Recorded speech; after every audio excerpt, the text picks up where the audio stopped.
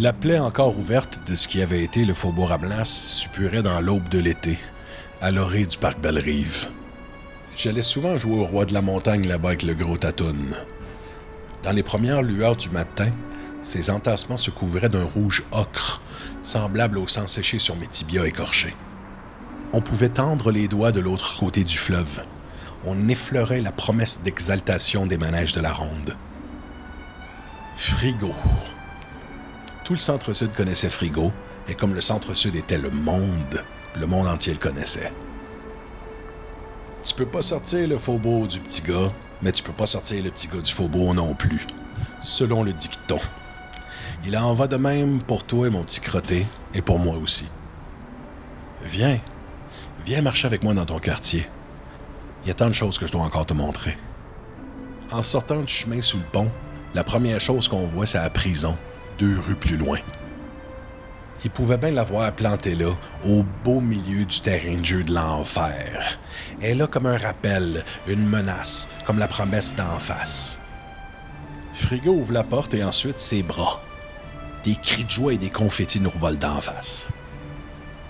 Il en ressort avec des sacs de chips yum-yum au vinaigre, une bouteille de crème soda et un petit sac en papier plein d'outils en chocolat. Quand Frigo relève la tête, je constate qu'une profonde tristesse a creusé des sillons sur son visage et que des larmes y ont formé des petites rigoles.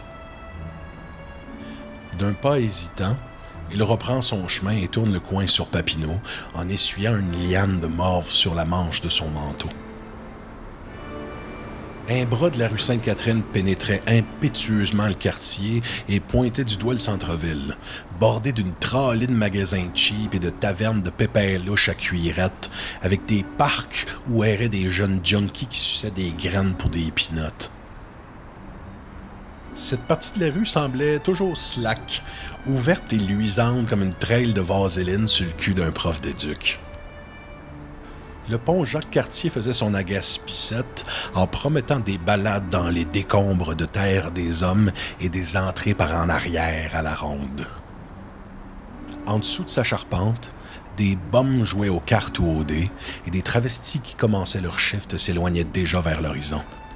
La télé et la radio tournent en permanence et la rue parle tout le temps. Les engueulades en série. Je sniffe cette ligne du temps et j'y détecte une vague odeur de moutarde, de pâte à dents et de litière à chat. Mon bloc est grand comme un pays. J'ai beau être petit, mon ventre le contient. Il fait beau, on est ben. Je joue en bas avec d'autres petits gars. C'est la guerre. On se pitche des roches. On fait attention de ne pas s'en lancer des trop grosses. Ça me fait penser que dans ces temps-là, la plupart des ruelles du centre-sud étaient tapissées de petites roches. On entendait des chars rouler toute la nuit sur la garnotte. J'adorais ce bruit. Il me rassurait. Il éloignait les silences qui étaient très rares chez nous. Quand ils ont finalement mis de l'asphalte, j'ai trouvé ça bien plate. La ruelle ne chantait plus. Anyway, l'amour, c'est plus fort qu'à l'abattoir.